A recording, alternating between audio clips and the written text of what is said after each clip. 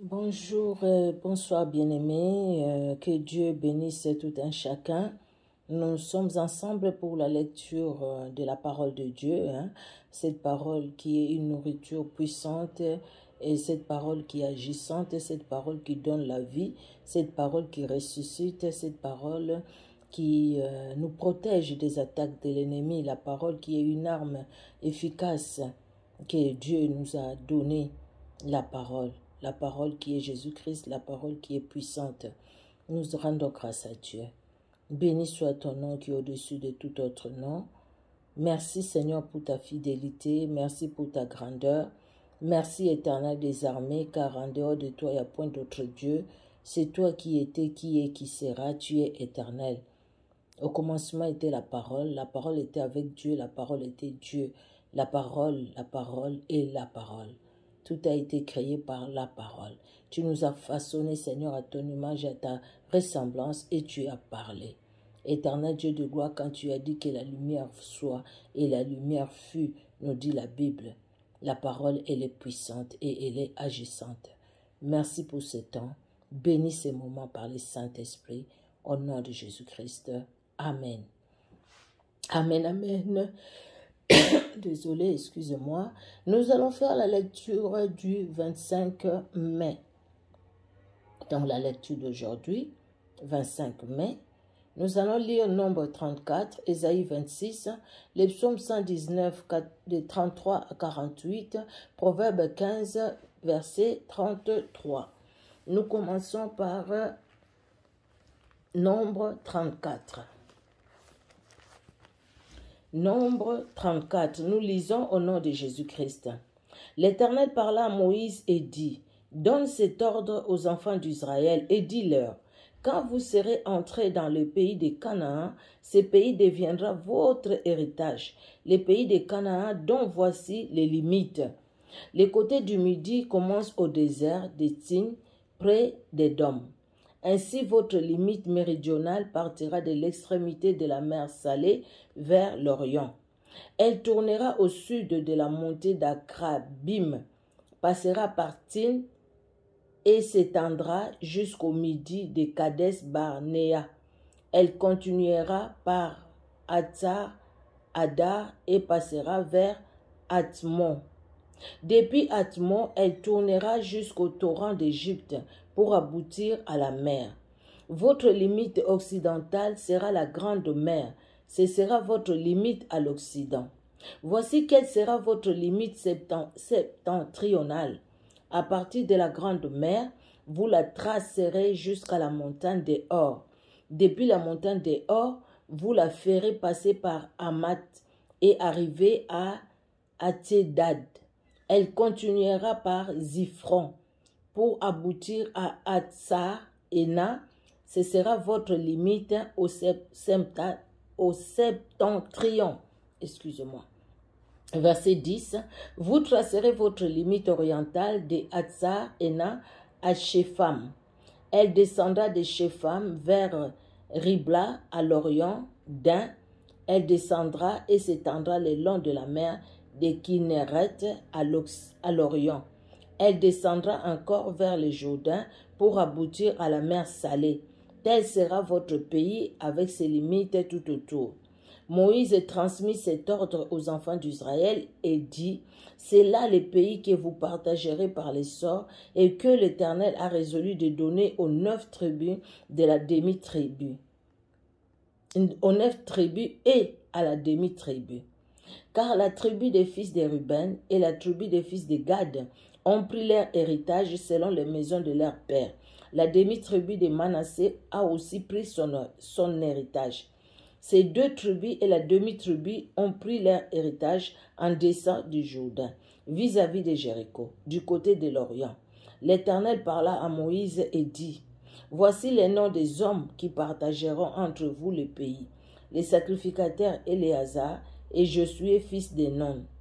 Vous prendrez encore un prince de chaque tribu pour faire le partage du pays. Voici les noms de ces hommes. Pour la tribu de Juda, Caleb, fils de Jephné. Pour la tribu des fils de Siméon, Samuel, fils d'Amihud. Pour la tribu de Benjamin, Elidad, fils de Kislon. Pour la tribu des fils de Dan, le prince Bouki, fils de Jogli. Pour les fils de Joseph, pour la tribu des fils de Manassé, le prince Aniel, fils de Phod. Et pour la tribu des fils d'Éphraïm, le prince Kémiel, fils de Shiftan. Pour la tribu des fils de Zabilon, le prince Elisaphan, fils de Parnak. Pour la tribu des fils d'Issachar, le prince Paltiel, fils d'Azan. Pour la tribu des fils d'Azer, le prince Aïhud, fils de Shelomi. Pour la tribu des fils de Nephtali, le prince Pédaël, fils d'Amihud.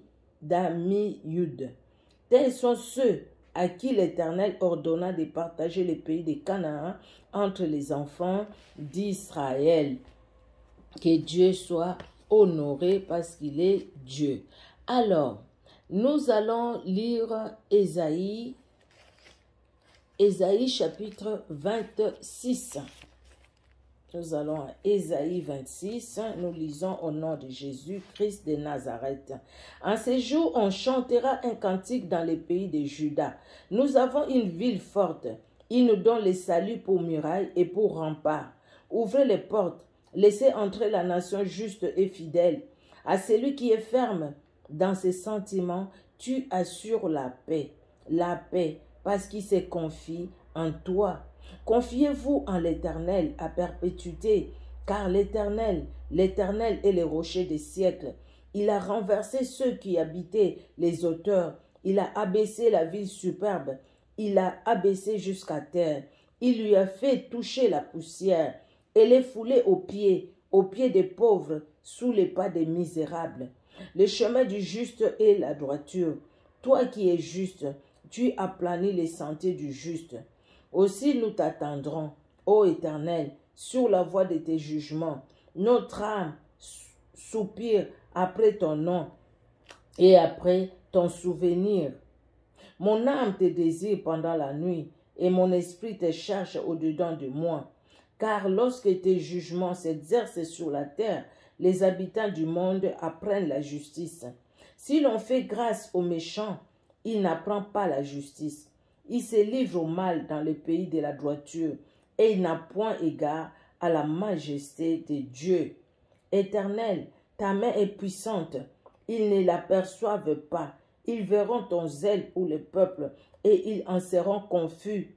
Le feu consumera tes ennemis. Éternel, tu nous donnes la paix, car tout ce que nous faisons, c'est toi qui l'accomplis pour nous. Éternel, notre Dieu, d'autres maîtres que toi ont dominé sur nous. Mais c'est grâce à toi seul que nous invoquons ton nom. Ceux qui sont morts ne revivront pas. Des ombres ne se relèveront pas, car tu les as châtiés, tu les as anéantis, et tu en as détruit tout souvenir. Multiplie le peuple, ô Éternel, multiplie le peuple. Manifeste ta gloire, recule toutes les limites du pays. Éternel, ils t'ont cherché. Quand ils étaient dans la détresse, ils se sont répandus en prière quand tu les as châtiés. Comme une femme enceinte sur le point d'accoucher, ses torts écrits au milieu de ses douleurs. Ainsi avons-nous été loin de ta face, ô Éternel. Nous avons conçu, nous avons éprouvé des douleurs, et quand nous enfantons, ce n'est que du vent. Le pays n'est pas sauvé, et ses habitants ne sont pas nés. Que tes morts revivent, que mes cadavres se relèvent. Réveillez-vous et tressaillez de joie, habitants de la poussière, car ta rosée est une rosée vivifiante, et la terre redonnera les jours aux ombres. Va, mon peuple, entre dans ta chambre et ferme la porte derrière toi. Cache-toi pour quelques instants, jusqu'à ce que la colère soit passée. Car voici, l'Éternel sort de sa demeure pour punir les crimes des habitants de la terre, et la terre mettra les sangs à nu. Elle ne couvrira plus les meurtres. Amen, amen. Que Dieu bénisse sa parole. Nous allons aller dans les livres des psaumes. Les psaumes 119. nous lisons de 49 à 64. Et psaume 119.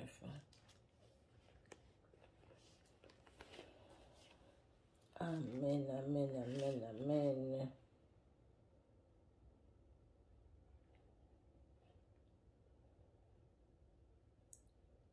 Alors, tout à l'heure, la lecture d'hier, je pense que j'avais fait, une erreur.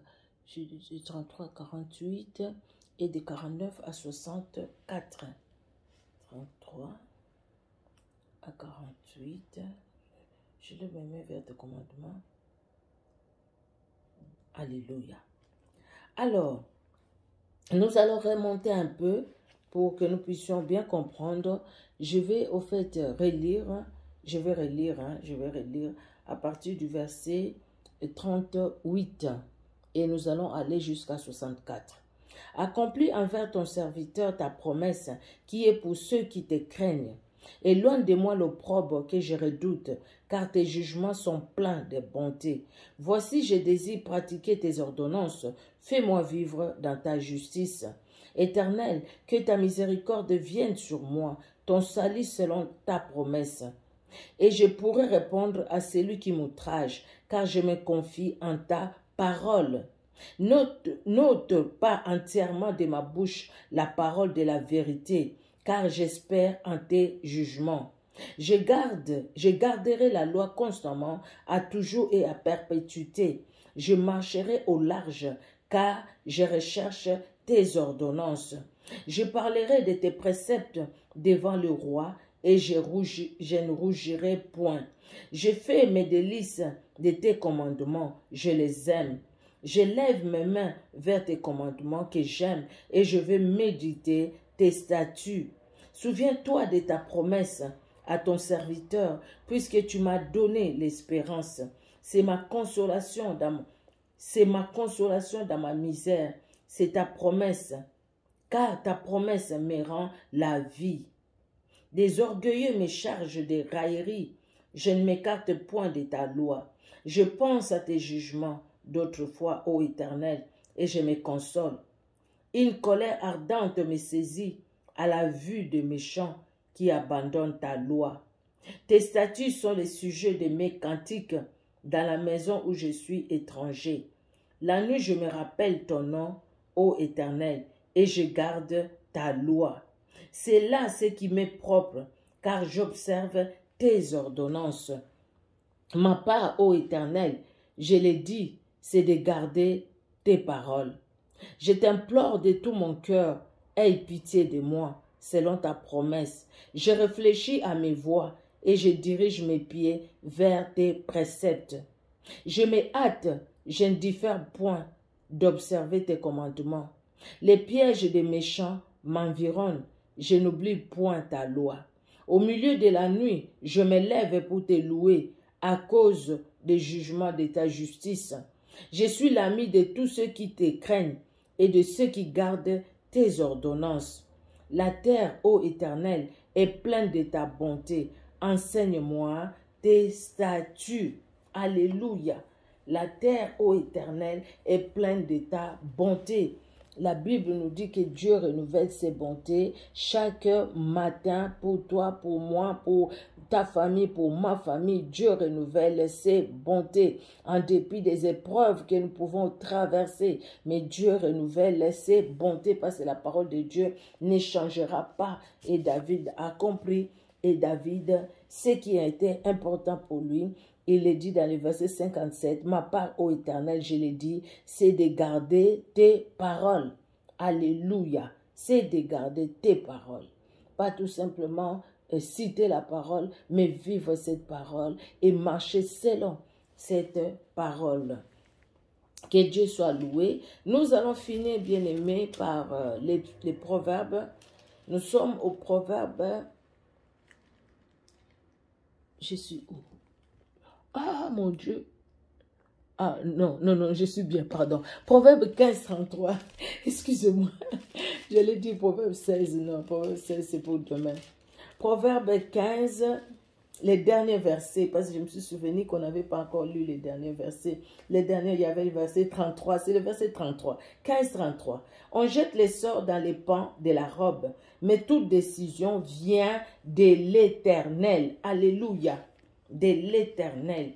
Donc, si nous regardons bien dans nos vies, c'est Dieu qui fait les 99,99. Nous, on a une petite part, mais nous devons faire aussi cette petite part. Notre petite part, c'est lui obéir. Mais sinon, c'est lui qui nous garde, c'est lui qui nous protège, c'est lui qui combat pour nous, c'est lui, vraiment, les souffles de vie, la parole, tout vient de Dieu. Tout vient de Dieu, tout vient de Dieu. Les vouloir et les faire, tout vient de Dieu. Mais nous avons notre part aussi, notre responsabilité. Nous devons obéir à la parole de Dieu. Nous devons écouter le Saint-Esprit et laisser le Saint-Esprit nous parler, le Saint-Esprit nous façonner.